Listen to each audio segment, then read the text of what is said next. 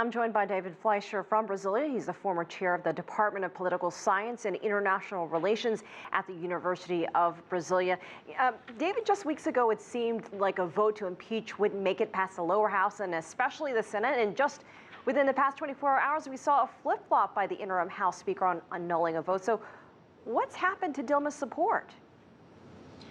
Her support began to dissolve earlier this year when she could not maintain her coalition majority in Congress. She was very reluctant to negotiate and articulate and converse and chat and talk with members of the lower house, of politicians. She has an aversion to talking and conversing and articulating with politicians. And so she lost her majority, and several of the larger parties left her coalition altogether.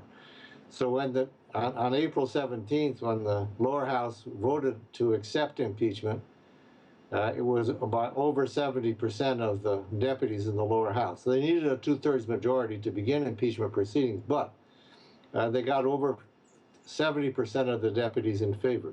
Then it went to the Senate, and the Senate created an impeachment committee to study the process, and then is bringing this decision by the impeachment commission to accept the impeachment proceedings in the Senate to be voted on tomorrow morning as of 9 o'clock.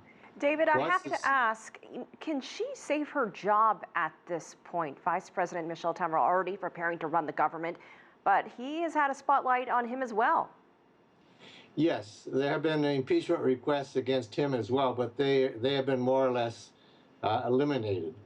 She has no chance of saving her government tomorrow in the vote in the Senate. She will be suspended for 180 days while the Senate sits as a jury to finally decide her fate, maybe in 2, 3, or 4 months. I don't think she has any chance of recovering from this vote tomorrow in the Senate, and she probably will be finally and definitively impeached probably in July or August. So I don't think she has any chance of recovering. It's possible that her legal counsel will go to the Supreme Court this afternoon to try to eke out some sort of an injunction at the Supreme Court, but I think the chances of that are next to zero. Well, you said July, August, that's just when the Olympic Summer Games will begin. Do you see any impact on the Games, and what about a possible impact on the economy with this impeachment?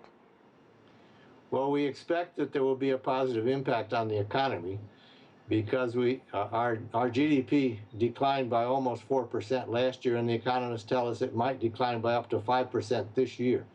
So the economy is in very, very bad shape. We've had declines in industrial production every month for the last 24 months, and the private sector has totally lost confidence in this government. So the challenge for the new president, Michel Temer, as of Thursday or Friday, will be to try to rebuild confidence with the private sector to get them to come back to investing again. We need to have at least 22% of GDP investments to begin growing a little bit. And last year we had about 12%. So the big challenge is to get the economy turned around into growing again and creating more jobs. To do this, the new president will have to consolidate a strong, cohesive majority in Congress to approve these emergency measures of austerity and reforms. Can he do that, considering he's been so tied closely to Dilma Rousseff and everyone else in that government?